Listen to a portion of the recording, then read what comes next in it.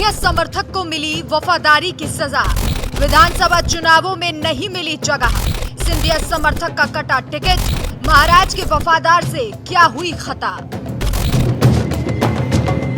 मध्य प्रदेश में चुनावी तपिश बढ़ चुकी है। बीजेपी के दूसरे उम्मीदवारों की लिस्ट में महाराज के समर्थक को उनकी वफादारी का ऐसा इनाम मिला जिसकी उन्होंने कभी कल्पना भी नहीं की होगी। सभी 25 सितंबर को बीजेपी की लिस्ट पर नजरें गड़ाए बैठे थे, खासकर सिंधिया के समर्थक। लेकिन सभी जानते हैं कि बीजेपी लोगों का इस्तेमाल सिर्फ सरकार बनाने के लिए करती है। ज्योतिरादित्य सिंधिया ने अपने करीब 22 समर्थकों के साथ भाजपा ज्वाइन की और सरकार बनाई। उस वक्त शर्त थी कि उनके समर्थकों का ख्याल भी रखा जाएगा।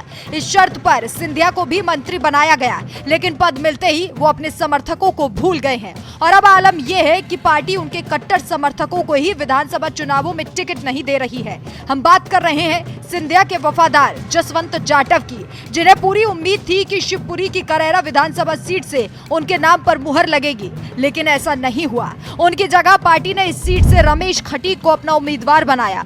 इससे पहले इसी सीट से साल 2018 में कांग्रेस उम्मीदवार के तौर पर जसवंत जाटव चुनाव लड़े थे। सिंधिया समर्थक जसवंत जाटव चुनाव लड़ने के बाद साल 2020 में हुए दल बदल के दौरान सिंधिया के साथ बीजेपी में चले गए। हालांकि बाद में उपचुनाव में कांग्रेस प्रत्याशी से हार गए थे। कौन सी गलतियां पड़ी जसवंत जाटव पर भारी? क्या सिंधिया ने नहीं लिया अपने समर्थक का पक्ष? क्यों बीजेपी ने काटा जसवंत जाटव का नाम? दरअसल दल बदलने के बाद करैरा विधानसभा सीट पर उपचुनाव हुए। करैरा सीट पर हुए उपचुनाव में जसवंत जाटव बुरी तरीके से चुनाव हारे। कांग्रेस उम्मीदवार प्रगीलाल जाटव ने जसवंत जाटव को करीब 30,641 मतों से हराया। इतने अंतर से हारने के बाद उनके बीजेपी से प्रत्याशी बनने की उम्मीदें पहले से ही कम हो गई थी।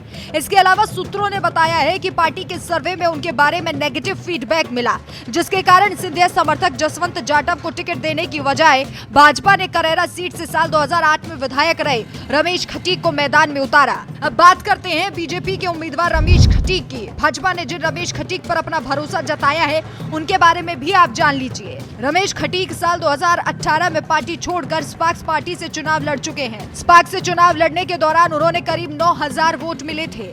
साल 2018 के चुनाव के दौरान रमेश खटीक भी बीजेपी से टिकट के दावेदार थे, लेकिन भाजपा ने इन्हें टिकट देने की बजाय राजकुमार खटीक को टिकट दिया था। राजकुमार खटीक को टिकट मिलने से नाराज होकर रमेश खटीक ने स्पार्क्स पार्टी से अपना पर्चा दाखिल करके चुनाव लड़ा, लेकिन वो चुनाव हार गए। हालांकि बीजेपी की उम्मीदवारों की लिस्ट को लेकर नाराजगी भी सामने आ रही है। ऐसे में देखना होगा कि इस नाराजगी का चुनाव में क्या असर पड़ता है। आपकी इस खबर पर क्या राय है, हमें कमेंट करके जरूर बताएं।